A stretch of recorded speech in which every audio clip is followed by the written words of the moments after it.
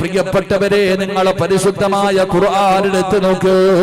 അല്ലാഹു സുബ്ഹാനഹു വ തആല ഒരു കുടുംബത്തെ കുറിച്ച് പറയുകയാ.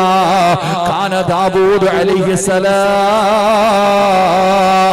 ദാവൂദ് നബിയുടെ കുടുംബത്തെ കുറിച്ച് പറയുമ്പോ അല്ലാഹു പറയുന്നു, ദാവൂദിന്റെ കുടുംബം നന്ദിയുള്ള കുടുംബമാണ്, അവര് നന്ദി കാണിക്കുന്ന കുടുംബമാണ്. എന്തുകൊണ്ടാണ് ദാവൂദ് നബിയെ കുറിച്ച് പറഞ്ഞതെന്നറിയോ? ദാവൂദ് നബിയുടെ വീടിന്റെ പ്രത്യേകത എന്തെന്നറിയോ? ദാവൂദ് നബി അലൈഹിസ്സലാം ഇബാദത്ത് ചെയ്യുന്നതിന് വേണ്ടി സമയം നിശ്ചയിച്ചു കൊടുത്തിരിക്കുകയാണ്. തനിക്ക് അല്ലാഹുവേ ഇബാദത്ത് ചെയ്യാനൊരു സമയം, തന്റെ ഭാര്യയ്ക്കൊരു സമയം, തന്റെ മകനൊരു സമയം, പടച്ചവരെ തന്റെ കുടുംബത്തിലുള്ള എല്ലാവർക്കും ഇങ്ങനെ സമയം മാറ്റി മാറ്റി കൊടുത്തിരിക്കുകയാ. അല്ലാഹുവിന്റെ പ്രവാചകൻ ഇവിടെന്ന് പറയുകയാ, ആ ദാവൂദ് നബിയുടെ കുടുംബത്തിന്റെ അവസ്ഥ എന്തെന്നറിയോ?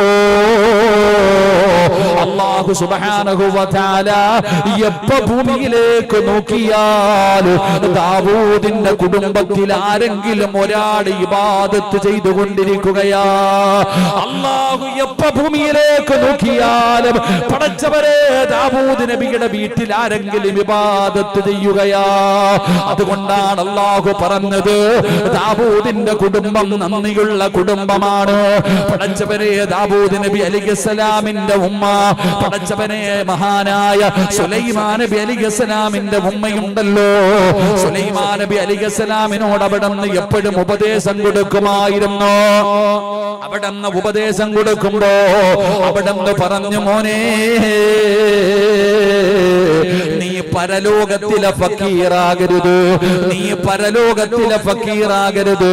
പടച്ചവനെ അവിടുന്ന് ചോദിച്ചു, ഉമ്മ ആരാ ഉമ്മ? നാളെ പടച്ച റബ്ബിന്റെ പരലോകത്തിലെ പാവപ്പെട്ടവനാരാ എന്ന് അവിടെ ഉമ്മയോട് ചോദിക്കുമ്പോ ഉമ്മ പറഞ്ഞു കൊടുത്ത മറുപടി, മോനെ രാത്രിയിൽ അധികമായിട്ട് ഉറങ്ങുന്നവരാ, രാത്രിയിൽ അധികമായിട്ട് ഉറങ്ങുന്നവര് നാളെ പടച്ച റബ്ബിന്റെ പരലോകത്ത് ഫക്കീറന്മാരെ പോലെ കടന്നു വരുമെന്ന് ചരിത്രം പറയുമ്പോ എന്റെ പ്രിയപ്പെട്ടവരോട് ഞാൻ പറഞ്ഞു തരുന്നത്, അല്ലാഹു പറയുകയാ, ലഇൻ ശകറതും ലഅസീദന്നകും. എനിക്ക് നീ നന്ദി രേഖപ്പെടുത്തിയാൽ നിനക്ക് ഞാൻ വർദ്ധിപ്പിച്ചു തരാ, നിനക്ക് ഞാൻ വർദ്ധിപ്പിച്ചു തരാ. നിനക്ക് വേണ്ടത് മുഴുവനും ഞാൻ തരാ. നിനക്ക് സമ്പത്ത് വേണോ? നിനക്ക് അധികാരം വേണോ? നിനക്ക് കൊട്ടാരം വേണോ? നിനക്ക് ആരോഗ്യം വേണോ? നിനക്ക് എന്താണ് വേണ്ടത്? നിനക്ക് വേണ്ടത് മുഴുവനും ഞാൻ തരാ. നീ നന്ദിയുള്ളവനാകോ, നീ നന്ദിയുള്ളവനാകോ. എന്നാ മനുഷ്യൻ നന്ദിയില്ലാത്തവരാവുകയാണ്. ജീവിതം ആസ്വദിക്കാനുള്ളതാണ്. സിറാജേ, നീയൊക്കെ പറയുന്നത് പോലെ ജീവിക്കാൻ പറ്റൂലടോ. നിങ്ങളൊക്കെ പറയുന്നത് പോലെ എവിടെ പോയി ജീവിക്കാനാ? അതൊക്കെ നിങ്ങൾ എന്തിനാ ഇങ്ങനെ വിളിച്ചു പറയുന്നത്? എവിടെ പോയാലും നരകവും മരണവും ഖബറും പരലോകവും മസ്റയുമല്ലാതെ വേറെ ഒന്നുമില്ല. എവിടെ പോയാലും ഭയപ്പെടുത്തുകയാണ്. എന്റെ പ്രിയപ്പെട്ടവരെ, ഇന്നത്തെ മുസ്ലിം ചെറുപ്പക്കാര് പറയുന്ന മറുപടി, ജീവിതം ആസ്വദിക്കാനുള്ളതാണെന്നാണ്, ജീവിതം സുഖിക്കാനുള്ളതാണെന്നാണ്. അല്ലാതെ നിങ്ങൾ പറയുന്നത് പോലെ സ്വപ്നലോകത്തിന് വേണ്ടി മാറ്റിവെക്കാനുള്ളതല്ല. എന്റെ പ്രിയപ്പെട്ട ചെറുപ്പക്കാരാ, ജീവിതം ആസ്വദിക്കാനുള്ളതും ആരടാ നിനക്ക് പറഞ്ഞു തന്നത്? ഈ ജീവിതം അല്ലാഹു നിന്നെ പടച്ചിരിക്കുന്നത് എന്തിനാ? അല്ലാഹു നിന്നെ പടച്ചിരിക്കുന്നത് നിനക്ക് തോന്നുന്നത് പോലെ ജീവിക്കാനല്ല. നീ അല്ലാഹുടെ അടിമയാടാ, നീ അല്ലാഹുടെ അടിമയാടാ. ഞാൻ യജമാനനാണ്, നീ എന്റെ അടിമയാണ് എന്ന് അല്ലാഹു നമ്മളെ ഓർമ്മപ്പെടുത്തുന്ന ഒരു സമയമുണ്ടല്ലോ. പരിശുദ്ധമായ ഹജ്ജ് കടന്നു വരുമല്ലോ. ഹജ്ജ് എന്ന് പറയുന്ന പുണ്യമായ കർമ്മം നടക്കുമല്ലോ. ആ സമയത്ത് അല്ലാഹു പറയുകയാണ്, ഒരു മനുഷ്യനോട് തന്റെ അടിമകളോട് അല്ലാഹു പറയുകയാ, ഞാൻ പറയുന്ന സമയത്ത്, ഞാൻ പറയുന്ന മാസത്തില്, ഞാൻ പറയുന്ന ദിവസത്തില്, ഞാൻ പറയുന്ന സമയത്ത്, ഞാൻ പറയുന്ന വസ്ത്രം ധരിച്ച് എല്ലാവരും ഞാൻ പറയുന്ന സ്ഥലത്ത് ഒരേ ഒരു വാചകം പറഞ്ഞുകൊണ്ട് കടന്നു വരാൻ അല്ലാഹു പറയുകയാ. പടച്ചവനെ എപ്പോഴാ ദുൽഹജ്ജ് മാസം കടന്നു വരുമ്പോ അല്ലാഹു പറയുന്നു, ഞാൻ പറയുന്ന വസ്ത്രം ധരിച്ച്, ഞാൻ പറയുന്ന മാസത്തില്, ഞാൻ പറയുന്ന സ്ഥലത്ത്, ഞാൻ പറയുന്ന വാചകം പറഞ്ഞ് എല്ലാവരും വരാൻ അല്ലാഹു നമ്മളെ വിളിക്കുകയാണ്. എന്തിനാണെന്നറിയോ? നീ എന്റെ അടിമയാടാ, ഞാൻ നിന്റെ യജമാനനാടാ, ഞാനാണ് റബ്ബ്, നീ എന്റെ അടിമയാണ്. അല്ലാഹു നമ്മളെ പടച്ചിരിക്കുന്നത് തന്നെ അല്ലാഹുവിന് നന്ദി രേഖപ്പെടുത്താരാ, അല്ലാഹുവിനെ ഇബാദത്ത് ചെയ്ത് ജീവിക്കാരാ, അല്ലാതെ സുഖിക്കാനല്ലടാ ചെറുപ്പക്കാരാ, ആസ്വദിക്കാനല്ല പെങ്ങളെ, അടിച്ചു പൊളിക്കാനല്ല, ഇഷ്ടമുള്ളത് തിന്നു കുടിച്ച് ആസ്വദിച്ച് നടക്കാനല്ല. അതുകൊണ്ട് എന്റെ പ്രിയപ്പെട്ടവരോട് പറയുകയാ, അല്ലാഹുവിനെ നന്ദി രേഖപ്പെടുത്തി ജീവിച്ചാ വേണ്ടതൊക്കെ അല്ലാഹു തരും ചെറുപ്പക്കാരാ. നിനക്ക് എന്താടാ വേണ്ടത്? നിനക്ക് പണം വേണോ? നിനക്ക് അധികാരം വേണോ? നിനക്ക് സന്തോഷം വേണോ? നിനക്ക് സമാധാനം വേണോ? നിനക്ക് സാലിഹത്തായ ഭാര്യ വേണോ? ചെറുപ്പക്കാരാ, നിനക്ക് വേണ്ടത് മുഴുവനും ഞാൻ തരാമടാ. അല്ലാഹു പറയുകയാണ്, നീ എന്നോട് നന്ദി കാണിക്ക്, ഞാൻ തന്നത് മറക്കാതെ ഇരിക്കൂ. എന്നിട്ട് അല്ലാഹു പറയുകയാ, ലഇൻ ശകർതും ലഅസീദന്നകും വലഇൻ കഫർതും മിൻ അദാബി ലശദീദ്. അല്ലാഹു പറയുകയാ, നീ എന്നെ മറന്നു കളഞ്ഞാൽ നിനക്ക് ഞാൻ എല്ലാം തന്നിട്ട് എന്നെ നീ പുറങ്കാല് കൊണ്ട് ചവിട്ടിയ, എന്നെ നീ പുച്ഛത്തോടെ തള്ളിക്കളഞ്ഞ, എന്നെ നീ നിസാരമാക്കിയാൽ അല്ലാഹു പറയുകയാ, എനിക്ക് തരാ മാത്രമല്ല അറിയുന്നത്. എന്റെ ചെറുപ്പക്കാരോട്, എന്റെ ഉപ്പമാരോട് പറയുകയാണ്, അല്ലാഹുവിനെ നന്ദി രേഖപ്പെടുത്താതെ വന്നാൽ നിനക്ക് സമയമില്ലടോ, നിനക്ക് നിസ്കരിക്കാൻ സമയമില്ല, ഖുർആൻ ഓതാൻ സമയമില്ല, നിനക്ക് ഉറങ്ങാൻ സമയമില്ല, ഭക്ഷണം കഴിക്കാൻ സമയമില്ല, ഒന്നിനും സമയമില്ലടോ. ഏതൊരു മനുഷ്യനോട് ചോദിക്കുമ്പോഴും പറയുന്ന ഒരു വാക്ക്, ബിസിയാ ഉസ്താദ്, ബിസിയാ ഉസ്താദ്, എപ്പോ നോക്കിയാലും നിനക്ക് ബിസിയാ. ആരോട് ചോദിക്കുമ്പോഴും പറയുന്നത്, പള്ളി കാണുന്നില്ലല്ലോ, കച്ചവടം ബിസിയാ ഉസ്താദ്, വഅദിനെ കാണുന്നില്ലല്ലോ, ബിസിയാ ഉസ്താദ്, എന്ത് കാര്യം ചോദിച്ചാലും ബിസിയാ. ഞാൻ ഒറ്റ ചോദ്യം, കുറച്ച് കഴിഞ്ഞാൽ മതി ഉസ്താദ്,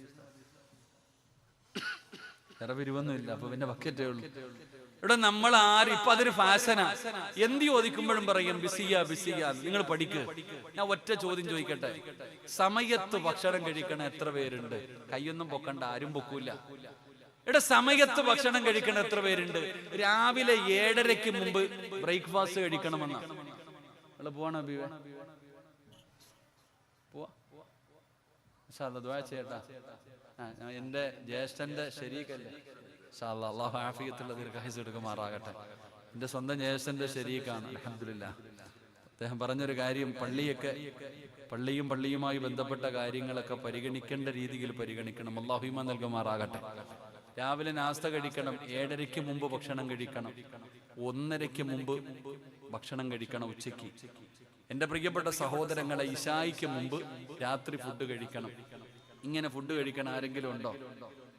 നിങ്ങൾ എന്താ വെടികൊണ്ടതുപോലെ ഇരിക്കണേ? അങ്ങനെ ഫുഡ് കഴിക്കണ ആരെങ്കിലും ഉണ്ടോ? സമയത്ത് ഉറങ്ങുന്ന ആരെങ്കിലും ഉണ്ടോ? കൃത്യമായി നേരത്തെ ഉറങ്ങണമെന്ന ഉറങ്ങണ എത്ര പേരുണ്ട്? നിനക്ക് ഉറങ്ങാൻ സമയമില്ല, തിന്നാൻ സമയമില്ല, പോട്ടെ നിന്റെ മക്കളെ ഒന്ന് സ്നേഹിക്കാൻ സമയമുണ്ടോ? ഇല്ല.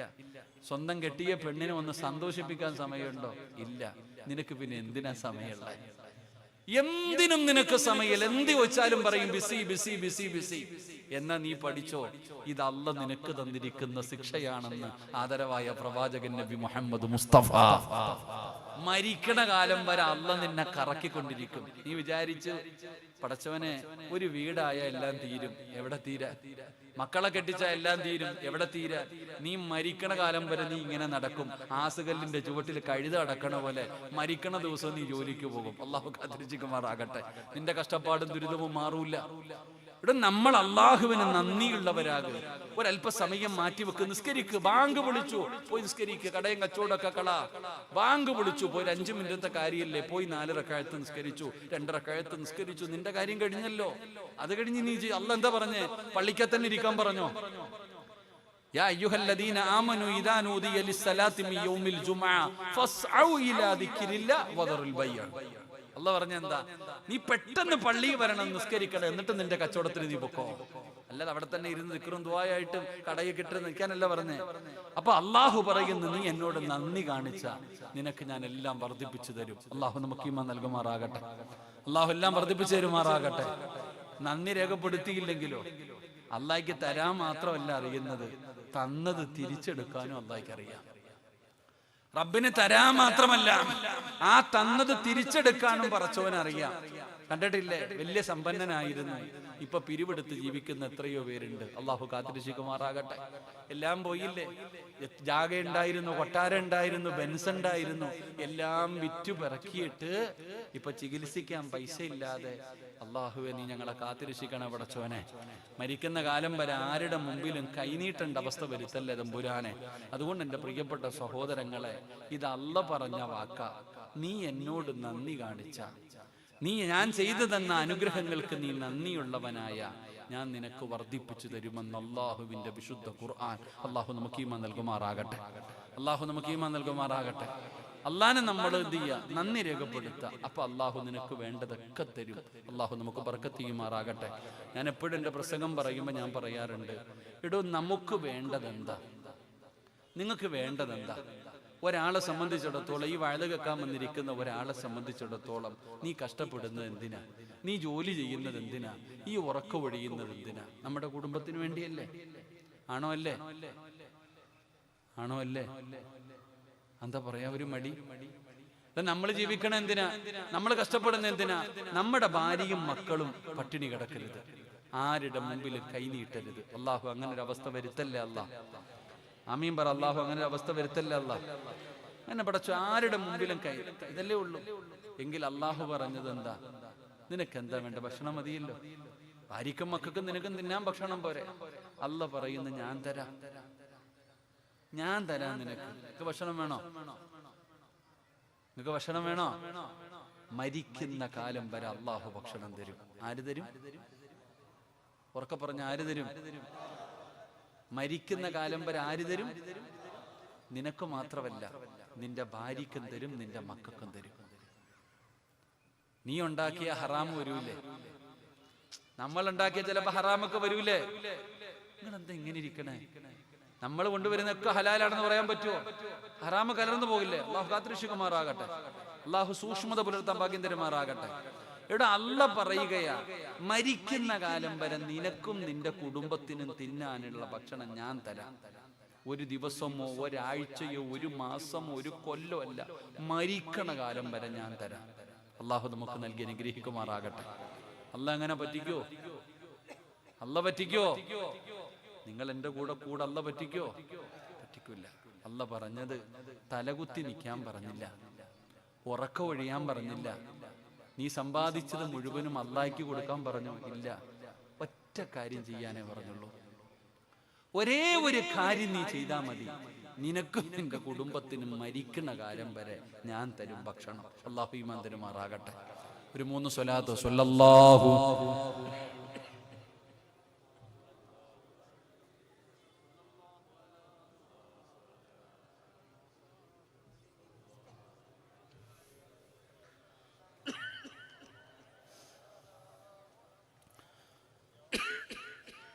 അള്ളാഹു സ്വീകരിക്കുമാറാകട്ടെ. അള്ളാഹു പറയുന്നു, മരിക്കുന്ന കാലം വരെ തിന്നാനുള്ള ഭക്ഷണം ഞാൻ തരും. ഒറ്റ കാര്യം ചെയ്യണം. അള്ളാഹു ചെയ്യാൻ ഭാഗ്യം തരുമാറാകട്ടെ. ചെയ്യോ? ചെയ്യാന്ന് പറ ചങ്ങാതി, അതങ്ങ് ഉറപ്പിക്കുക. ഇൻഷാ അല്ലാഹ് ചെയ്യൂലേ? ഉറപ്പല്ലേ? എന്താ ചെയ്യണ്ടേ? വഅ്മുർ അഹ്ലക ബിസ്സലാത്തി വസ്തബിർ അലൈഹാ ലാ നസ്അലുക റിസ്ഖ നഹ്നു നർസുഖുക.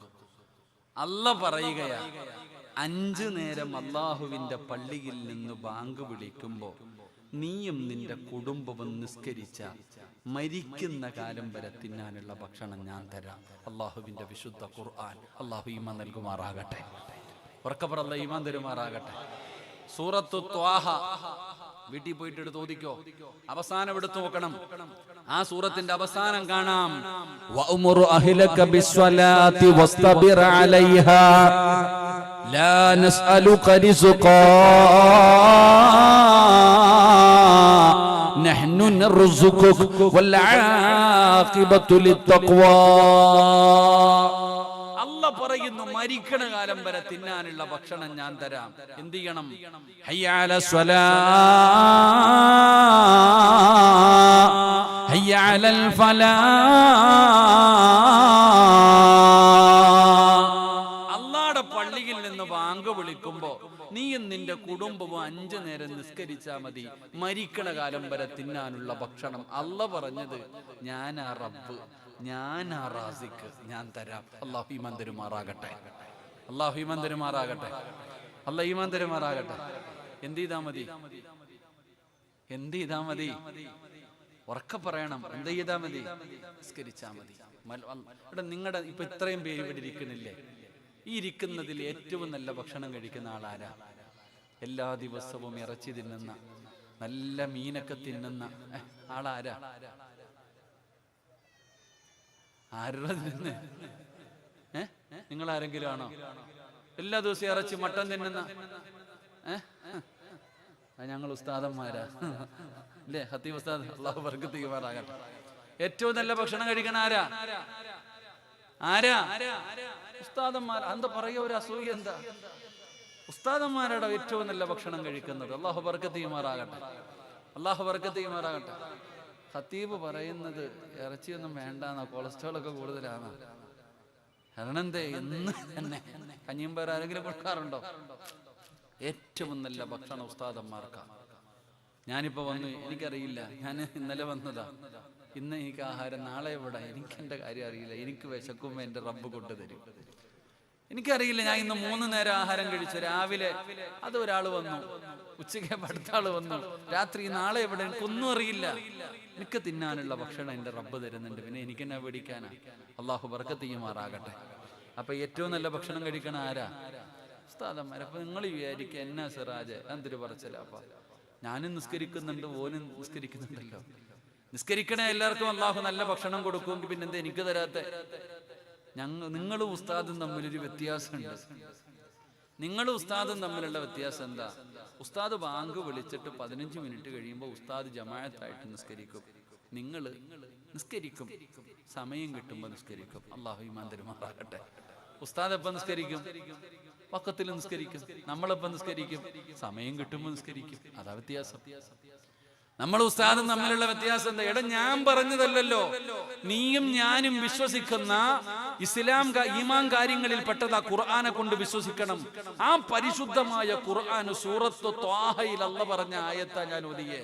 മരിക്കുന്ന കാലം വരെ തിന്നാനുള്ള ഭക്ഷണം അള്ളാഹു തരും. പക്ഷേ നീ മരിക്കുന്ന കാലം വരെ നിസ്കരിച്ചു നോക്ക്. ലോകത്ത് ഏത് കോടീശ്വരന്റെ വീട്ടിൽ തിന്നാനില്ലെങ്കിലും നിന്റെ വീട്ടിൽ ഒരു കാലത്തും പട്ടിണി ഉണ്ടാകില്ല. അള്ളാഹു നമുക്ക് ഈമാൻ നൽകുമാറാകട്ടെ. ഉറക്കെ പറഞ്ഞു, അല്ലാഹു ഈമാൻ നൽകുമാറാകട്ടെ. ഇത് നിസ്കരിച്ചപ്പോ അല്ലാഹ് തരുന്ന പ്രതിഫലം. ഇത് ഒരു നന്മ, ഇത് ഒരു നന്മയ്ക്കല്ല തരുന്നത്. അപ്പൊ അവന് വാക്യം പറയണ്ടല്ലോ. അതുകൊണ്ട് ഞാൻ പറഞ്ഞത്, അള്ളാഹു നിനക്ക് വേണ്ടത് മുഴുവനും തരും. നീ നന്ദിയുള്ളവനായിരിക്കും. അള്ളാഹു നമുക്ക് ആ മനസ്സ് നൽകുമാറാകട്ടെ. അള്ളാഹു ആ മനസ്സ് നൽകുമാറാകട്ടെ. എന്റെ പ്രിയപ്പെട്ടവരെ, രണ്ടാമത്തെ വാഗ്ദാനം എന്താ? അള്ളാഹുവിന്റെ വിശുദ്ധമായ ഖുർആൻ. ആ പരിശുദ്ധമായ ഖുർആൻ അല്ലാഹു സുബ്ഹാനഹു വ തആല പറയുന്ന രണ്ടാമത്തെ വാഗ്ദാനം എന്തെന്നറിയോ? അല്ലാഹു പറയുന്നു, നിനക്ക് എന്ത് വേണമെങ്കിലും നീ ചോദിക്ക്, ഞാൻ നിനക്ക് ഉത്തരം നൽകാം. അല്ല പറയുന്നു, നിനക്ക് എന്താണ് വേണ്ടത് സിറാജ്? വേണ്ടത് മുഴുവനും എന്നോട് ചോദിക്ക്. നിനക്ക് വേണ്ടത് എന്താണോ നീ എന്നോട് ദുആ ചെയ്യ്. നീ ദുആ ചെയ്താ നിന്റെ ദുആയിക്ക് ഞാൻ ഉത്തരം തരാമെന്ന് അല്ലാഹുവിന്റെ വിശുദ്ധ ഖുർആൻ. അല്ലാഹു പറയുകയാണ്, വഇദാ സഅലക ഇബാദി അന്നി ഫഇന്നി ഖരീബ് ഉജീബു ദഅവത്തദ് ദാഇ ഇദാ ദഅാനി ഫല്യസ്തജീബൂ ലി.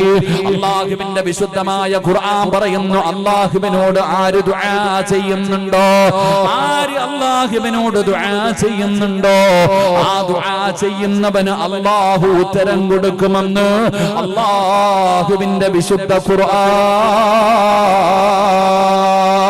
അല്ലാഹുവിന്റെ വിശുദ്ധമായ ഖുർആൻ പറയുകയാ, നിങ്ങൾക്ക് വേണ്ടത് നിങ്ങൾ എന്നോട് ചോദിക്ക്. ഞാൻ നിങ്ങളുടെ റബ്ബാണ്. എന്നെ പോലെ തരുന്നവൻ ഒരാളും ഈ ലോകത്തില്ല. എന്നെ പോലെ കരുണയുള്ള ഒരാളും ഈ ലോകത്തില്ല. ഞാൻ നിന്നെ സ്നേഹിച്ചതുപോലെ സ്നേഹിക്കുന്ന ഒരാളും ഈ ലോകത്തില്ല. നിന്റെ ഉമ്മയ്ക്കല്ല നിന്നോട് സ്നേഹം, നിന്റെ വാപ്പയ്ക്കല്ല നിന്നോട് സ്നേഹം, നിന്റെ ഭാര്യക്കല്ല നിന്നോട് സ്നേഹം, നിന്റെ മക്കൾക്കല്ല നിന്നോട് സ്നേഹം. നിന്നെ ഏറ്റവും കൂടുതൽ ഇഷ്ടപ്പെടുന്നത് ഞാനാ. അതുകൊണ്ട് നീ എന്നോട് ചോദിക്ക്, ഞാൻ നിനക്ക് ഉത്തരം തരാമെന്ന് അല്ലാഹുവിന്റെ വിശുദ്ധ ഖുർആൻ. പരിശുദ്ധമായ ഖുർആൻ എവിടെന്ന് പറയുമ്പോ എന്റെ പ്രിയപ്പെട്ടവരെ, ഇത് ഞാൻ പറയുമ്പോ നിങ്ങളിൽ പലർക്കും ഉൾക്കൊള്ളാൻ കഴിയുന്നില്ല. ഉസ്താദേ, വല്ലാത്ത പ്രയാസമാണ്. എത്ര കൊല്ലമായി ഞാൻ ദുആ ചെയ്യുന്നു, എന്റെ രോഗം മാറാറ്, എന്റെ പ്രയാസം മാറുന്നില്ലല്ലോ, എന്റെ കഷ്ടപ്പാട് മാറുന്നില്ലല്ലോ, എനിക്കൊരു വീട് ലഭിക്കുന്നില്ലല്ലോ, എനിക്കൊരു നല്ല ജോലി കിട്ടുന്നില്ലല്ലോ, എന്റെ ഭർത്താവ് നന്നാകുന്നില്ലല്ലോ, എന്റെ ഭാര്യയുടെ ദുസ്വഭാവങ്ങൾ മാറുന്നില്ലല്ലോ. എന്തുകൊണ്ടാണ്?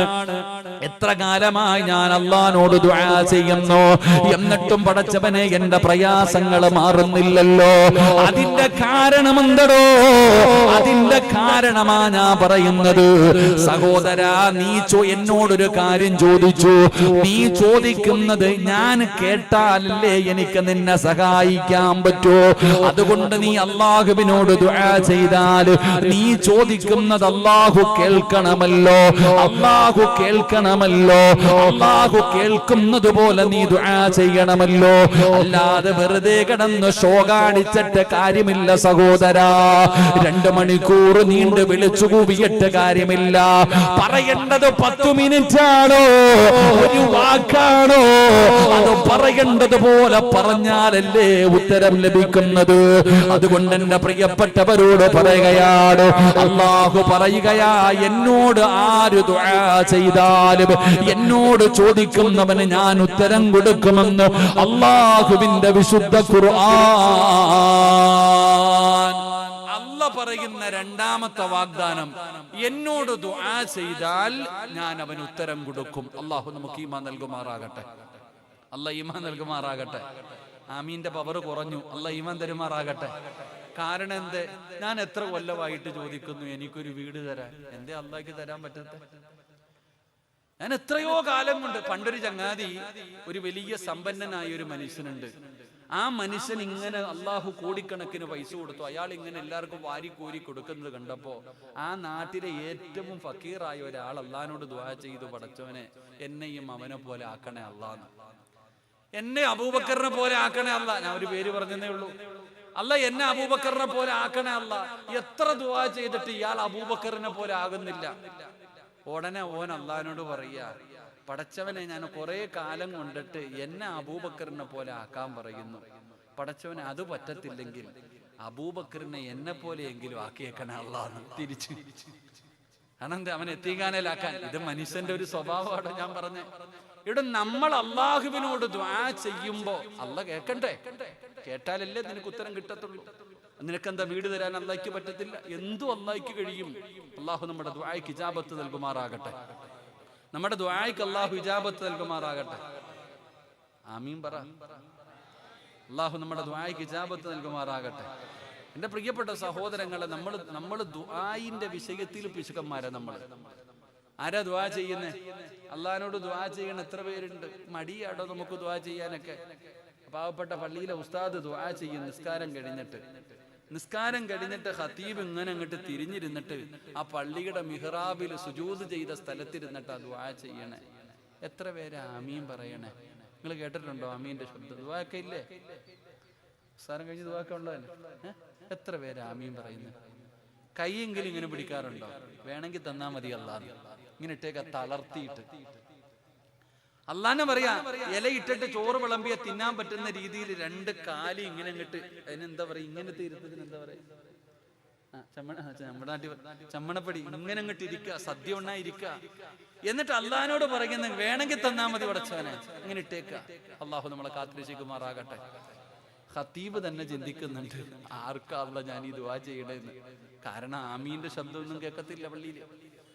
ആമീനിന്റെ ശബ്ദം വാപ്പാടെയൊക്കെ വായി നാവുണ്ടോന്ന് അറിയണമെങ്കിൽ ആ ജനറൽ ബോഡി പോയാൽ മതി. അള്ളാഹു കാത്തിരക്ഷിക്കുമാറാകട്ടെ. ജനറൽ ബോഡി പോകുമ്പോഴാണ് വാപ്പമാരുടെ ഒക്കെ ശബ്ദം മനസ്സിലാകുന്നത്. ഇവിടെ ദുആ ചെയ്യുന്ന ഇല്ല, അവരെ തന്നെ മടിപ്പിക്ക. ഞാൻ എപ്പോഴും ഒരു കഥ പറയും. ഞാൻ പഠിച്ചിറങ്ങി കഴിഞ്ഞപ്പോ ഒരു പള്ളിയിൽ ജോലിക്ക് പോയി. ഇവിടെ ജോലിക്ക് പോയപ്പോ എന്നെ ഒരു മരിച്ച വീട്ടിൽ കൊണ്ടുപോയി ദുആ ചെയ്യാൻ.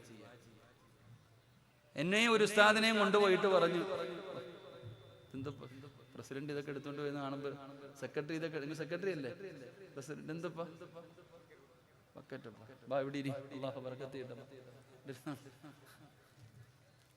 ഞാന് ഒരു വീട്ടിൽ പോ അങ്ങനെ ദുആ ചെയ്യാൻ കൊണ്ടിരുത്തിയിട്ട് പറഞ്ഞു, ഉസ്താദ് ഒരു യാസീൻ ഓതണം കേട്ടോ, യാസീൻ ഓതി ദുആ ചെയ്യണം. ഞങ്ങളെ രണ്ടുപേരെയും കൂടെ കയറ്റി ബെഡ്റൂമിൽ ഇരുത്തിയിട്ട് ഇവരങ്ങ് പോയി. യാസീൻ ഓതിയിട്ട് ദുആ ചെയ്യാൻ സമയമായപ്പോ എന്റെ കൂടെ വന്ന ഉസ്താദ് വിളിച്ചു, കാക്ക ദുആ ചെയ്യാൻ പോവാ, വായിക്ക. ഉസ്താദ് ചെയ്തോളെ, കാക്ക ദുആ ഉസ്താദ് ചെയ്തോളെ. 3 വട്ടം വിളിച്ചു. അവരാരും ഒരൊറ്റ മനുഷ്യൻ വന്നില്ലടോ. ഞാനും ഈ ചങ്ങാതിയും കൂടെ യാസീൻ ഓതിയിട്ട് റൂമിനകത്ത് ഇങ്ങനെ ഇരിക്കുക. കളയാൻ പറ്റുമോ? ഒരു യാസീൻ ഓതിയതല്ലേ, എന്ത് ചെയ്യാനാ? ഞാൻ അവസാനം ദുആ ചെയ്തു, പടച്ചോനെ എന്റെ മരിച്ചുപോയ വാപ്പാടെ ഖബറിലേക്ക് കൊടുത്തേക്കണേ അല്ലാഹ്. ഞാൻ ചിരിക്കാൻ പറഞ്ഞതല്ല, ഞാൻ എന്റെ അനുഭവം പറഞ്ഞ്. ഇതേപോലെ പള്ളിയിലെ ഉസ്താദിന്റെ അവസ്ഥയും. നിസ്കാരം കഴിഞ്ഞിട്ട് ഉസ്താദ് ദുആ ചെയ്യുമ്പോ നിങ്ങൾ ആമീൻ പറഞ്ഞാലല്ലേ, ഇല്ലെങ്കിൽ പിന്നെ ഉസ്താദിന് സ്വന്തം കാര്യം പറഞ്ഞാൽ പോരെ. ഇതാ നമ്മുടെ അവസ്ഥ. നമ്മൾ അപ്പോലും മടിയന്മാരാ. എടോ ദുആ എന്ന് പറഞ്ഞ എന്തെന്നറിയോ?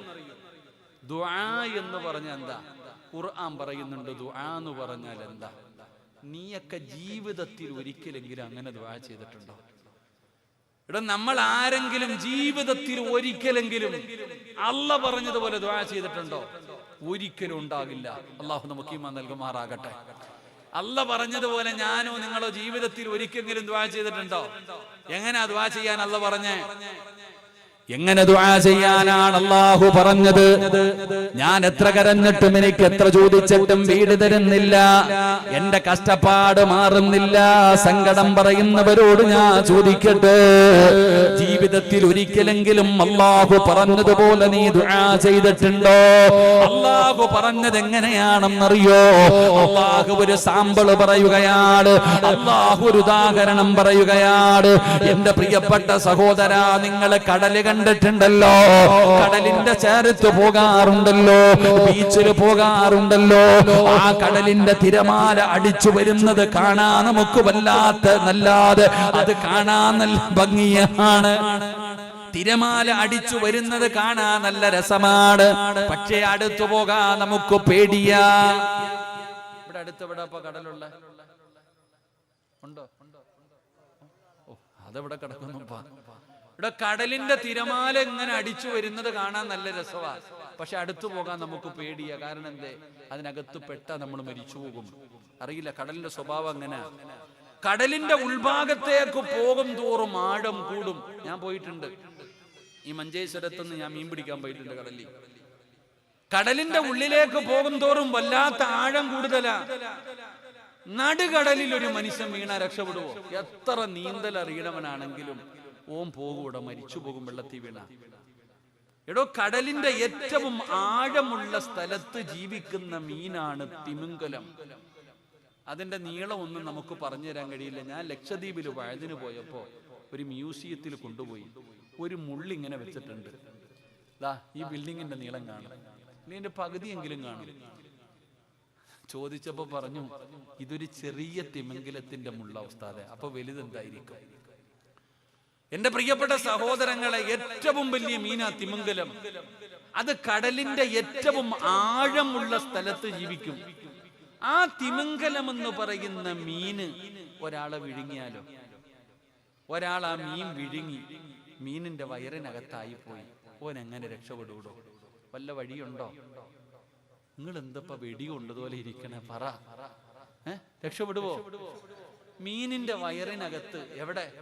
കടലിന്റെ ഏറ്റവും അടിയിൽ കിടക്കുന്ന തിമിംഗലത്തിന്റെ വയറ്റിന്റെ അകത്ത് ഒരു മനുഷ്യൻ പോയ ഓനെ എങ്ങനെ രക്ഷപ്പെടാനാ? നമ്മുടെ ബുദ്ധി കൊണ്ട് ചിന്തിക്ക്. നടക്കണ കാര്യമാണോ? അല്ല. എന്നാൽ അങ്ങനെ ഒരാള് കടലിൽ കിടക്കുന്ന തിമിംഗലത്തിന്റെ വയറിനകത്ത് പെട്ടു.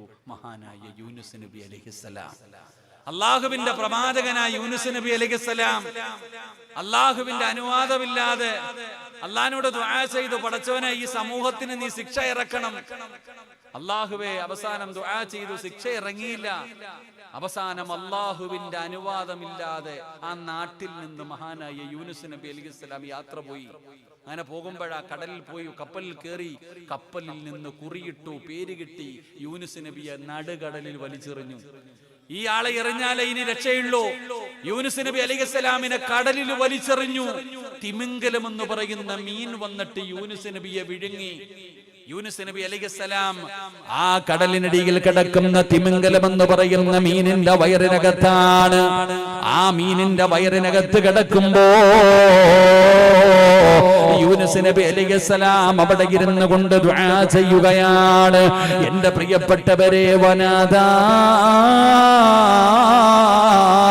ഫിദ്ദുലുമാത് അല്ലാ ഇലാഹ ഇല്ലാ അന്ത സുബ്ഹാനക ഇന്നി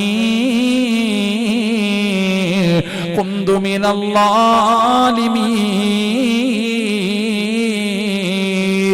അല്ലാഹുവിന്റെ വിശുദ്ധമായ ഖുർആൻ പറയുകയാ, ആ കടലിനടിയിൽ കിടക്കുന്ന തിമിംഗലം എന്ന് പറയുന്ന മീനിന്റെ വയറിനകത്തകപ്പെട്ടപ്പോ എല്ലാ വഴികളും അടഞ്ഞടോ.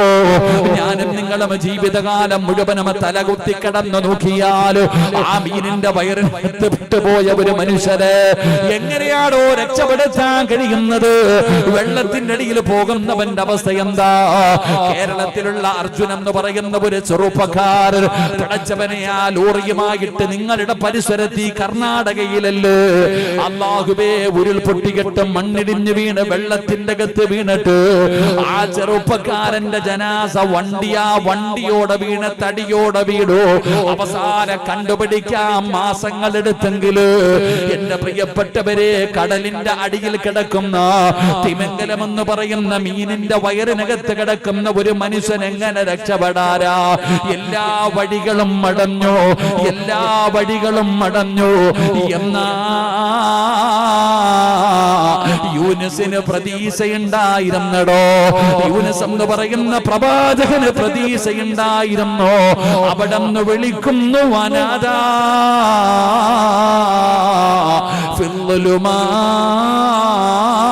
ഫിദ്ദുലുമാത് അല്ലാ ഇലാഹ ഇല്ലാ അന്ത സുബ്ഹാനക ഇന്നി കുന്തു മിനൽ ളാലിമീൻ. അല്ലാഹുവേ, എന്നെ രക്ഷപ്പെടുത്താൻ നിനക്ക് കഴിയും തമ്പുരാന്, എന്നെ രക്ഷപ്പെടുത്താൻ നിനക്ക് കഴിയും തമ്പുരാന്. എന്നെ നീ സഹായിക്കണേ അല്ലാ. അല്ല തന്നെ പറയുകയാ, ലലബിസ ഫീ ബത്നിഹി ഇലാ യൗമി യുബഅസൂൻ. യൂനുസങ്ങാടം അങ്ങനെ ദുആ ചെയ്തില്ലായിരുന്നെങ്കിൽ ഖിയാമത്ത് നാൾ വരെ ആ മീനിന്റെ വയറിനകത്ത് കിടക്കുമായിരുന്നു എന്ന് ഖുർആൻ പറയുമ്പോ, അല്ലാഹുവേ, യൂനുസ് നബി അവിടെ കിടന്ന് ദുആ ചെയ്തപ്പോ ആഴ്ചകൾ കഴിഞ്ഞപ്പോ ആ മീൻ തന്നെ യൂനുസ് നബിയെ കരയിൽ കൊണ്ടുവന്ന് ജീവനോടെ തിരിച്ചു തന്നു എന്ന് ചരിത്രം അവിടെ നിന്ന് പരിചയപ്പെടുത്തുമ്പോ, ഇതിനാ ദുആ എന്ന് പറയുന്നത്, ഇതിനാണ് ദുആ എന്ന് പറയുന്നത്. ഇതുപോലെ ജീവിതത്തിൽ ഒരിക്കലെങ്കിലും ദുആ ചെയ്തിട്ടുണ്ടോ? ഈ യൂനുസ് യൂനുസ് നബി ആ കടലിന്റെ അടിയിൽ കിടക്കുമ്പോഴും യൂനുസ് നബിക്ക് അറിയാം എന്റെ റബ്ബെന്നെ സഹായിക്കും, എന്റെ റബ്ബെന്നെ രക്ഷപ്പെടുത്തും. അതിനാണ് ദുആ എന്ന് പറയുന്നത്. അല്ലാഹു ഈമാൻ തരുമാറാകട്ടെ. ഉറക്കപ്പറല്ല ഈമാൻ തരുമാറാകട്ടെ. ഇതുപോലെ ജീവിതത്തിൽ ഒരിക്കലെങ്കിലും ഞാനോ നിങ്ങൾ ചെയ്തിട്ടുണ്ടോ? അതാ ദുആ. ഇവിടെ റബ്ബിനോട് ചോദിച്ച അല്ലാഹ് തരും. അല്ലാഹനെ പോലെ തരുന്ന ഒരാളും ഈ ലോകത്തില്ല. അല്ലാഹു നമുക്ക് നമ്മുടെ ദുആയ്ക്ക് അല്ലാഹു ഇജാബത്ത് നൽകുമാറാകട്ടെ. സംഘാടകർ ബക്കറ്റുമായി നിങ്ങളുടെ മുമ്പിലേക്ക് കടന്നു വരുന്നു. എന്റെ പ്രിയപ്പെട്ട സഹോദര, ഈ കാണുന്ന ബിൽഡിങ് നിങ്ങൾ കുറച്ചുപേരൊക്കെ സഹായിച്ചോടോ. ഇതൊരു പാപ ഒരു മനുഷ്യൻ അൽഹംദുലില്ലാ സ്ഥലം കൊടുത്തു. ലക്ഷക്കണക്കിന് രൂപ കടവാണ് ഇത്. അവരുടെ കയ്യിൽ നിന്ന് പൈസ എടുത്തിട്ട് അങ്ങനല്ലേ ഇനി കൂടെ കോൺട്രാക്ട് കൊടുത്തിട്ട് പൈസ കൊടുക്കാൻ കിടക്കാം. ബിൽഡിംഗ് ഒക്കെ തീർന്നു. ഇന്ന് രാവിലെ വന്നപ്പോ ഞാൻ ചോദിച്ചു, പടച്ചോനെ പണി കഴിഞ്ഞാൽ പിന്നെ പൈസ കിട്ടുന്ന വലിയ പാടാ. അൽഹംദുലില്ലാ മനോഹരമായ രീതിയിൽ അവര് ചെയ്തു. എന്റെ പ്രിയപ്പെട്ടവരെ, നമ്മൾ എന്താ ചെയ്യാ? ഈ ബക്കറ്റുമായി നിങ്ങളുടെ മുമ്പിലേക്ക് വരുന്നു. അവർക്കാർക്കും വേണ്ടിയല്ല, ഈ പള്ളിയുടെ വരുമാനത്തിന് വേണ്ടി ചെയ്ത ഈ ബിൽഡിങ്ങിന്റെ പൈസ കൊടുക്കണം. നിങ്ങളുടെ മുമ്പിലേക്ക് കടന്നു വരുമ്പോ അല്ലാഹു തന്നതിൽ നിന്ന് ഒരല്പം എടുത്തു കൊടുക്കാനുള്ള മനസ്സാ നമുക്ക് വേണ്ടത്. നഷ്ടമുണ്ടാവത്തില്ല ഒരിക്കലും. ഒരിക്കലും നിനക്ക് നഷ്ടമുണ്ടാകില്ല. നബി തങ്ങൾ പറഞ്ഞു, അസ്സദഖത്തു റദ്ദുൽ ബലാ, സദഖ വിപത്തുകളെ തട്ടിമാറ്റും, അപകടങ്ങളെ തൊട്ടുമാറ്റും. കേരളത്തിൽ നിങ്ങൾ നോക്കിക്കേ എന്റെ പ്രിയപ്പെട്ട സഹോദരങ്ങളെ, ഈ അടുത്ത സമയങ്ങളിൽ ഓരോ ദിവസത്തെ വാർത്ത എടുക്കുമ്പോഴും ഭയമാണോ? നിങ്ങൾ നോക്കിക്കേ, സ്കൂളിൽ പഠിക്കുന്ന 8ാം ക്ലാസ്സിൽ പഠിക്കുന്ന 4 പെൺകുട്ടികൾ, മുസ്ലിം കുട്ടികൾ, സ്കൂള് കഴിഞ്ഞിട്ട് ചിരിച്ച് കളിച്ച് തമാശ കൊണ്ട് പോകുന്ന സമയത്ത്, അവര് വണ്ടിയിൽ പോയതല്ല, റോഡിലൂടെ നടന്നു പോകുന്ന സമയത്ത് പാണ്ടിലൂറി വന്നവരുടെ ശരീരത്തിലേക്ക് ഇടിച്ചു കയറിയടോ 4 പെൺകുട്ടികൾ. ആലപ്പുഴയിലാ എന്റെ പ്രിയപ്പെട്ടവര്, മെഡിക്കൽ കോളേജിൽ ഡോക്ടറേറ്റിന് പഠിക്കുന്ന വിദ്യാർത്ഥികൾ 5 പേരാ ഒരു വണ്ടിക്കകത്ത് ഒറ്റ നിമിഷം കൊണ്ട് അവസാനിച്ചു പോയത്. എത്ര അപകടങ്ങൾ നമ്മൾ കാണുന്നടോ, എത്ര ദുരന്തങ്ങൾ നമ്മൾ കാണുന്നടോ. എന്റെ പ്രിയപ്പെട്ട സഹോദരങ്ങളെ, വയനാട് ദുരന്തമുണ്ടായി. എത്ര പേരാ മരിച്ച്? ഇന്നും മയ്യത്ത് കിട്ടിയിട്ടില്ല 10-48 പേരുടെ. അവരുടെ ജനാസയില്ല. ഞാൻ പോയതാ 2 ആഴ്ചകൾക്ക് മുമ്പ് ഞാൻ പോയിരുന്നവിടെ. എന്റെ പ്രിയപ്പെട്ട സഹോദരങ്ങളെ, ഒരു ഖബർസ്ഥാൻ കണ്ടു. അവിടെ മീസാൻ കല്ലുകളിൽ അബൂബക്കറും ഉമറും ഉസ്മാനും ആയിഷയും ഖദീജയുമല്ല, അവിടെ രാധാമണിയുണ്ട്, ജോസഫ് ഉണ്ട്. എന്റെ പ്രിയപ്പെട്ടവരെ, ഒരുപാട് പേരുടെ ജനാസകൾ എല്ലാം ഉണ്ടായവരാണ്. ഒറ്റ നിമിഷം കൊണ്ട് സർവ്വതം തകർന്നു പോയി. ഈ ചെറുപ്പക്കാരാ, ബൈക്കിൽ സഞ്ചരിക്കുന്നവനാ, വാഹനത്തിൽ സഞ്ചരിക്കുന്നവനാ, നീ ഒരുപാട് അപകടങ്ങൾ കണ്ടിട്ടില്ലേ മോനെ? അല്ലാഹുവിന്റെ റസൂലാ പറയുന്നത്, സദഖ വിപത്തുകളെ തട്ടിമാറ്റുമെന്ന്, സദഖ വിപത്തുകളെ തട്ടിമാറ്റുമെന്ന് ആദരവായ പ്രവാചകൻ നബി മുഹമ്മദ് മുസ്തഫ സല്ലല്ലാഹു അലൈഹി വസല്ലമ തങ്ങൾ പറയുമ്പോ, മോനെ, അപകടങ്ങളും അപകട മരണങ്ങളും ദുരന്തങ്ങളുമെല്ലാം തട്ടിമാറ്റാൻ കഴിയുന്ന ഒരു വഴിയാണ് സദഖ കൊടുക്കല്. എന്റെ ശബ്ദം കേൾക്കുന്ന പെങ്ങള്, എപ്പോഴും രോഗത്തെ കുറിച്ച് പറയുന്നവളാണ്. ഉസ്താദേ, എന്തെല്ലാം മരുന്ന് കഴിച്ചു, ഏതെല്ലാം ഡോക്ടർമാരെ കൊണ്ട് കാണിച്ചു, എന്റെ രോഗം മാറുന്നില്ല എന്ന് സങ്കടം പറയുന്ന ഉമ്മ, നിബിധങ്ങൾ പറഞ്ഞ ഒരു മരുന്ന് ഞാൻ പറഞ്ഞു തരാ. അല്ലാഹുവിന്റെ റസൂലാ പറയുന്നത്, ഏത് രോഗവും മാറാനുള്ള ഒരു വഴി ഞാൻ പറഞ്ഞു തരട്ടെയോ? അല്ലാഹുവിന്റെ പ്രവാചകൻ അവിടെന്ന് പറയുകയാണ്, അല്ലാഹുവിന് ചില അടിമകളുണ്ട്, അല്ലാഹുവിന് ചില അടിമകളുണ്ട്. ആ അടിമകൾക്ക് രോഗം വന്നാ അവര് സദഖ കൊടുത്ത് ചികിത്സിക്കുമെന്ന് ആദരവായ പ്രവാചകൻ നബി മുഹമ്മദ് മുസ്തഫ സല്ലല്ലാഹു അലൈഹി വസല്ലമ തങ്ങൾ പറയുകയാണ്, അവര് സദഖ കൊടുത്ത് ചികിത്സിക്കുന്നവരാ, അവര് സദഖ കൊടുത്ത് ചികിത്സിക്കുന്നവരാ. പടച്ചവനെ, അടുത്ത കഴിഞ്ഞ ഒരു 1.5 മാസമായി എന്നെ വല്ലാതെ ഇഷ്ടപ്പെടുന്ന ഒരു കുടുംബം, പടച്ചവനെ, എന്നെ വല്ലാതെ ഇഷ്ടപ്പെടുന്ന ഒരു കുടുംബമാണ്. ആ കുടുംബത്തിലെ 18 വയസ്സുള്ള ചെറുപ്പക്കാരനായ പൊന്നുമോര്, അതാ +2 പഠിക്കുന്ന 18 വയസ്സുള്ള ആ പയ്യനുണ്ടല്ലോ, അവന്റെ തലയ്ക്കകത്ത് വല്ലാത്ത വേദനയാണ്, വല്ലാത്ത വേദന, വല്ലാത്ത പ്രയാസമാ. അവസാനം അവനെ ഹോസ്പിറ്റലിൽ കൊണ്ടുപോയി കാണിച്ചടോ. പടച്ചവനെ, അതാ ഡോക്ടർ പറഞ്ഞു, തലയൊന്ന് സ്കാൻ ചെയ്യ ചെയ്യാറ്. അവിടെ നിന്ന് സ്കാൻ ചെയ്തു.